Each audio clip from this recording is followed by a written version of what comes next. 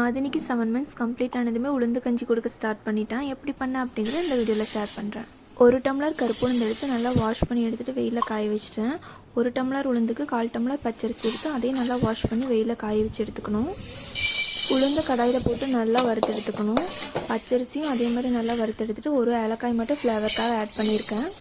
ஏலக்காயில் இருக்கிற சீட் மட்டும் போதும், தோல் வேணாம். இப்போ அரிசி உளுந்து ரெண்டையுமே ஒரு மிக்சி ஜாரில் போட்டு நல்லா ஒரு பவுடர் மாதிரி அரைச்சி எடுத்துக்கலாம். இதை ஒரு ஏர்டைட் கண்டெய்னரில் ஸ்டோர் பண்ணி வச்சுக்கலாம். நம்மளுக்கு வேணுங்கிறப்ப எடுத்து யூஸ் பண்ணிக்கலாம். எப்படி உளுந்து கஞ்சி செய்கிறதுன்னு பார்க்கலாம். எவ்வளோ பவுடர் வேணுமோ ஒரு பவுல் ஆட் பண்ணிவிட்டு நார்மல் வாட்டர் ஊற்றி ஒரு ஸ்பூனில் நல்லா கலக்கி எடுத்துக்கலாம். இந்த மிக்ஸ் எடுத்து கொதிக்கிற தண்ணியில் ஊற்றி நல்லா கைவிடாமல் கிளறி விட்டுட்டே இருக்கணும். ஸ்டார்டிங்கில் இது பார்க்க லிக்விட் கன்சிஸ்டன்சி மாதிரி தான் இருக்கும். போக போக திக்காக மாறிடும். ஆதினிக்கு வாரத்தில் 3 நாள் உளுந்து கஞ்சி செஞ்சு கொடுப்பேன். இது ரொம்பவே எலும்புக்கு நல்லது.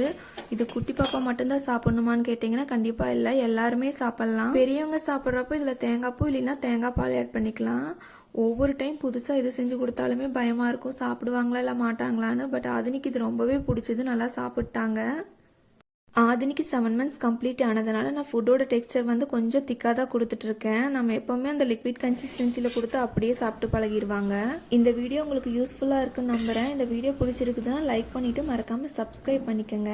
தேங்க்ஸ் ஃபார் வாட்சிங்.